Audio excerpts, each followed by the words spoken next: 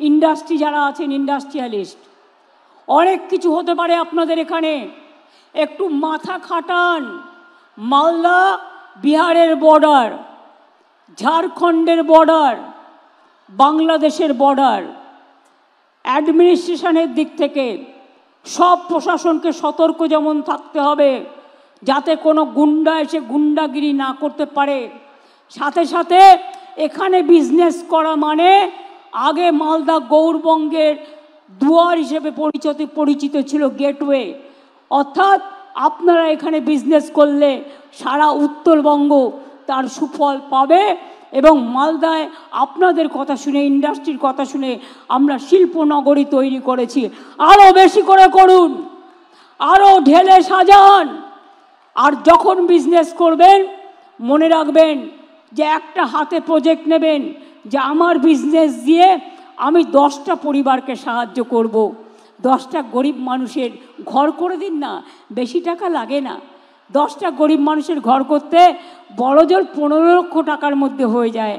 এটা CSR-এর মাধ্যমে আপনারা জিজ্ঞেস করুন ডিএমকে, ডিএম আপনাদের তালিকা দিয়ে দেবে যারা সত্যিকারের গরিব। এটা আমাদের তালিকার মধ্যে নয়, এটা আমি এক্সট্রা করতে বলছি। আরবান এরিয়াতেও ঘর করা যায়।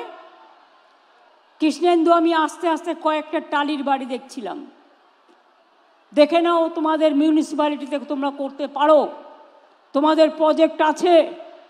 এই ঘরগুলো আইডেন্টিফাই করে দেখে নাও, যতটা পারো। একবারে সব না পারলেও ফেস ওয়াইজে চেষ্টা করো তাদেরও সাহায্য করার।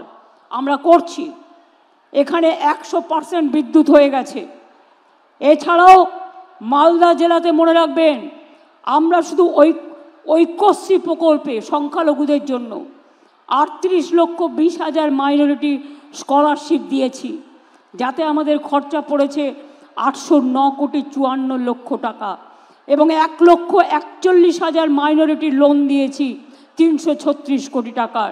235টি মাদ্রাসাকে স্বীকৃতি দিয়েছি। এবং ওবিসি বাতিল হয়ে গেলেও কোর্টে মনে রাখবেন আমরা কিন্তু লড়ে যাচ্ছি, লড়ে যাব, এবং একদিন আপনারা জয়ী হবেন। একটু ধৈর্য ধরুন, একটু অপেক্ষা করুন। আমরা যে কেস হাতে নিই সেটা আমরা ফেস করি। আমরা যেটা ডে 1-এ বলি, একদিনে বলি, সেটা আমরা 100 দিনই বলি।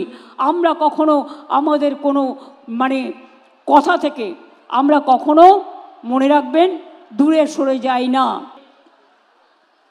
এবং যারা ওবিসি অর্থাৎ মেধাশ্রী সংখ্যালঘু, তারাও কিন্তু মনে রাখবেন মেধাশ্রী আছে, Swami Vivekananda merit cum scholarship আছে। আমি জানি যারা ওবিসিতে আছেন তাদের একটু কষ্ট হচ্ছে, কোর্টের একটা রায়ে সব আটকে গেছে। কিন্তু মনে রাখবেন আমরা কিন্তু থেমে নেই।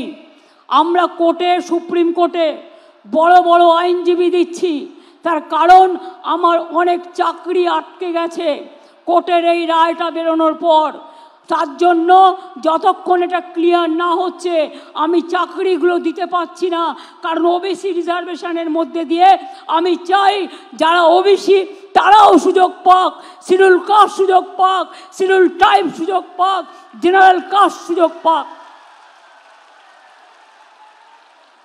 মনে রাখবেন আমি যখন 17% রিজার্ভেশন করেছি, জেনারেল কাস্টের লোকেরা ভাবে সবার জন্য রিজার্ভেশন আছে, আমাদের কি হবে। তাই আমি কিন্তু আপনাদের কোটা কাটিনি।